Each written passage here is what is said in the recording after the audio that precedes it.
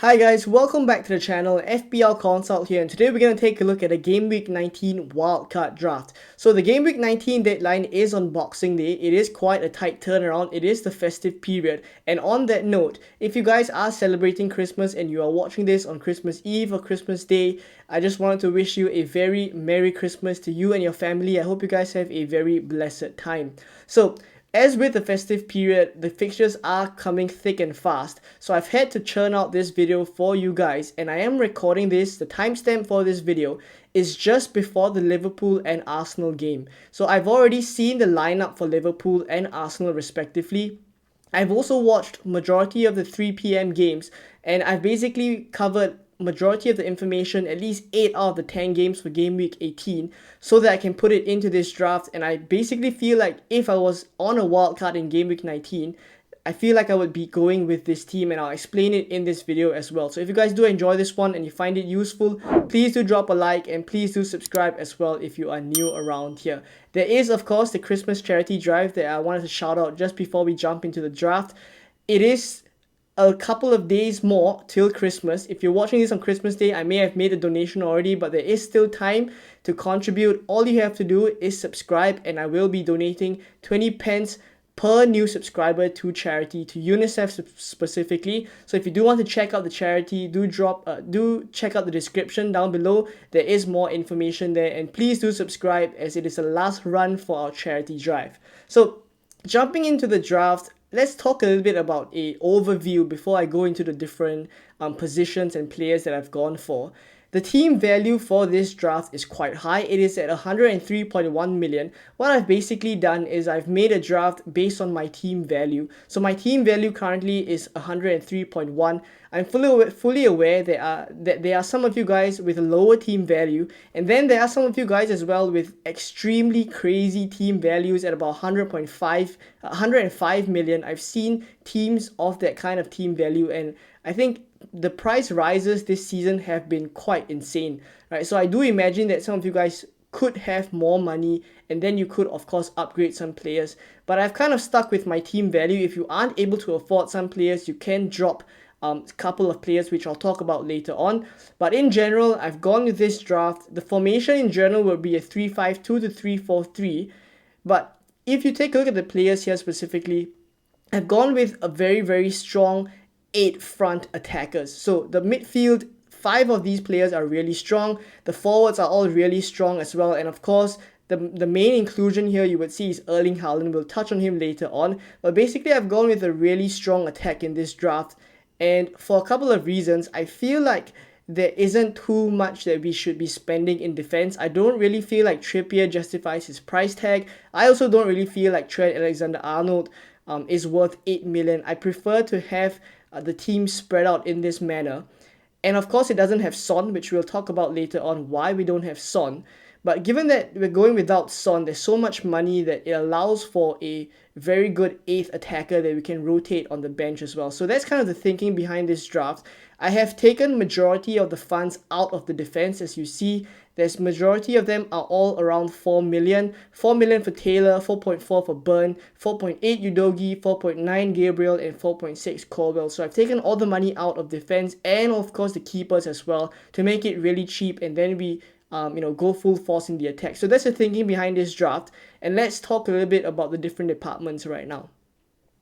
So let's talk about the keepers and the defenders first. For keeper pairing, I've gone with Dubravka and Areola for a couple of reasons. Firstly, they are the cheapest playing keepers, both at 4.2 million, that you can put your money on that they're going to start week in, week out, at least until maybe Newcastle sign a keeper in January.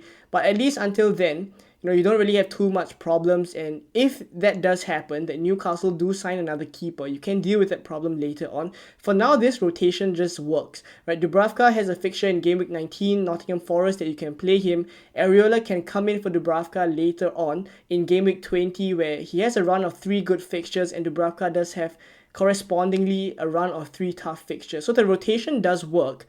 And as I've mentioned, I don't want to spend too much money in defense. I don't think clean sheets are easy to come by right now. And in fact, I saw a statistic that the number of clean sheets that has been kept this season is drastically lower than the number of clean sheets that has been kept in past seasons. That could be down to more playing time or a change in the way that football is played. But generally, I think we can all agree clean sheets have been few and far between this season. So again, don't want to spend too much money here. The only other player that you maybe can consider is Turner, but the thing with Turner is that you're not guaranteed to get starts with him.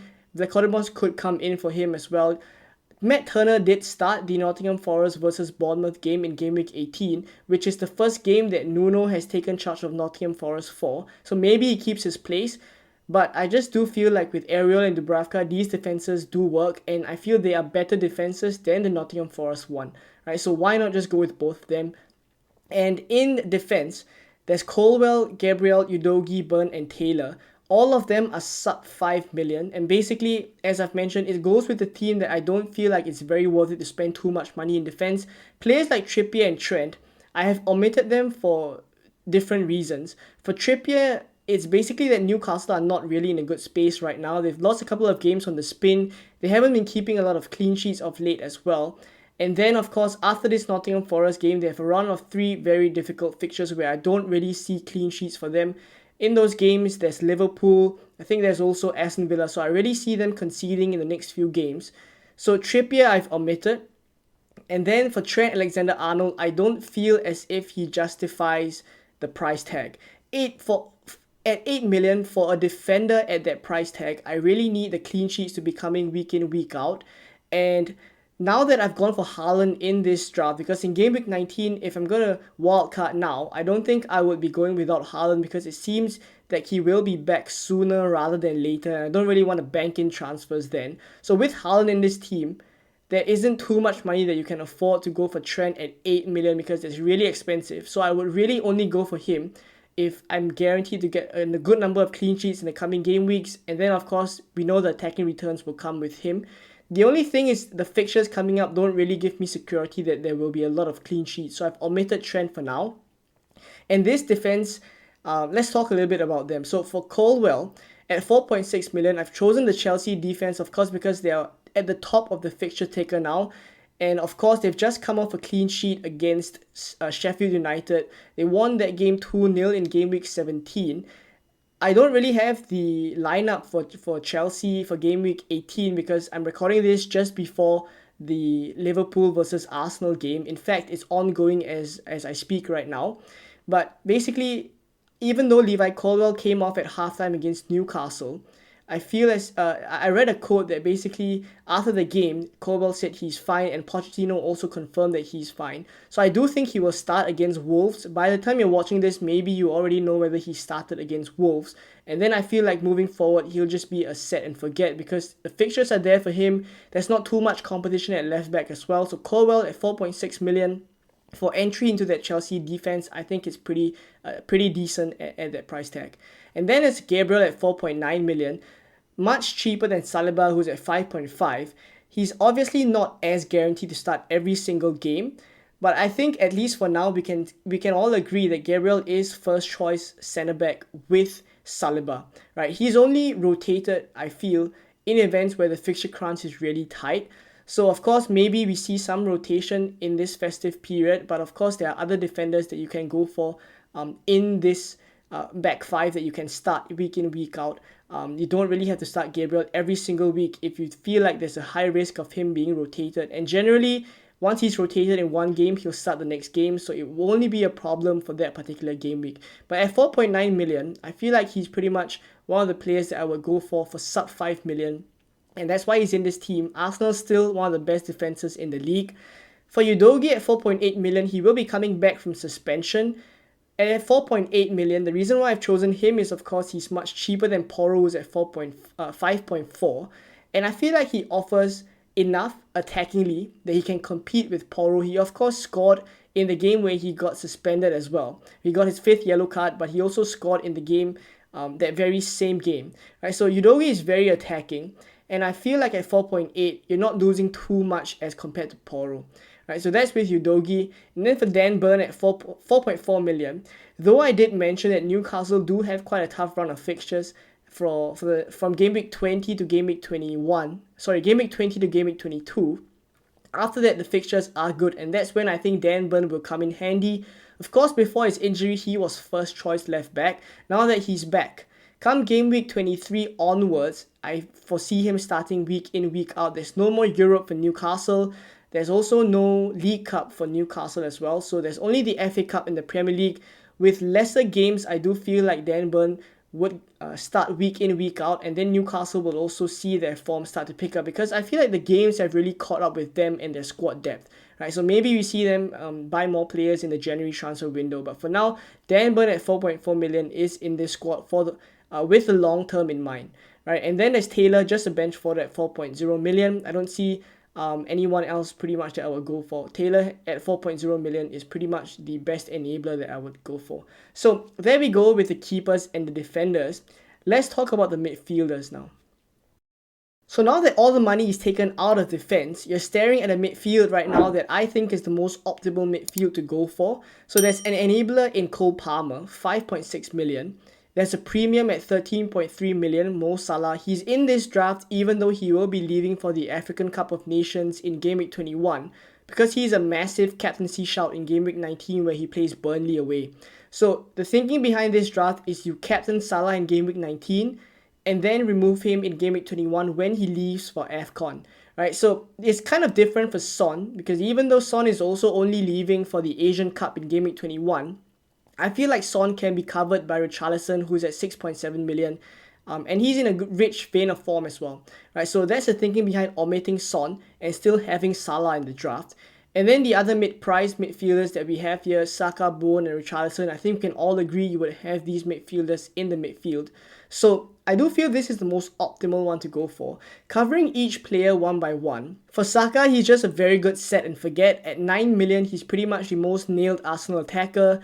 90 minutes, penalties, etc. We know the drill with Saka, so I don't have to speak too much on him. The fixtures are there. I do think like the next coming games we'll see Arsenal score quite a couple of goals.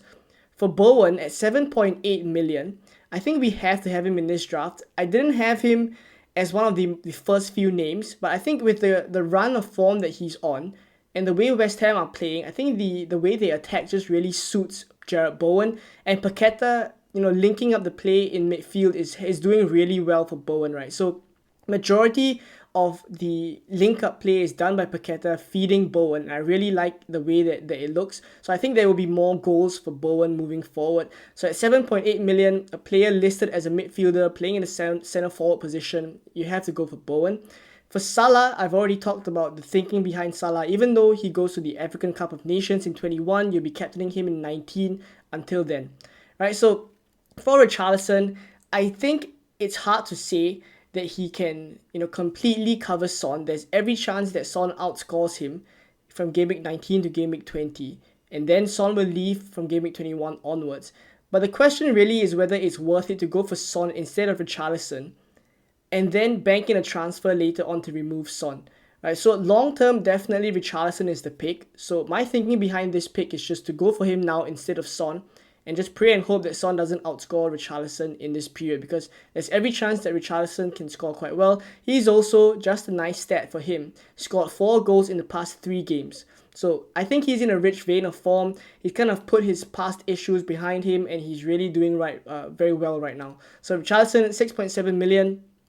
For Palmer at 5.6 million, the fixtures, as I mentioned, are there for him. The only concern is that he's on 4 yellows, but you've seen the draft, and the 8 attackers here can very well just start week in, week out. So in the week that he's suspended, you can drop him to the bench.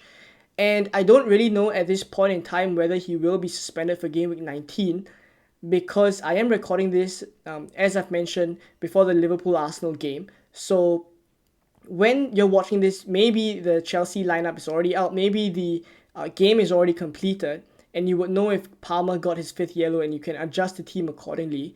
But I think at 5.6 million, he's one of the best enablers to go for. The other one, of course, is Gordon. But I've chosen to go for him here so that he enables the forwards that we're going to talk about right now. So up front, it's Haaland, Watkins, and Solanke. So the most crucial inclusion here, I would feel, is Erling Haaland. And no, I don't have an update on Erling Haaland right now. there are a couple of pictures that have been posted of him on a field, possibly doing some field work. We don't really know if it's on his own, if it's individual training, or with the team. So it's all speculation here. And we don't really know exactly when he'll be back as well. So he could be back in Game Week 19, could be in 20, could even be 21. But I think the likelihood is that if he misses out in 19, he should be back for 20. At least that's what I'm thinking right now based off of the news and information that I have.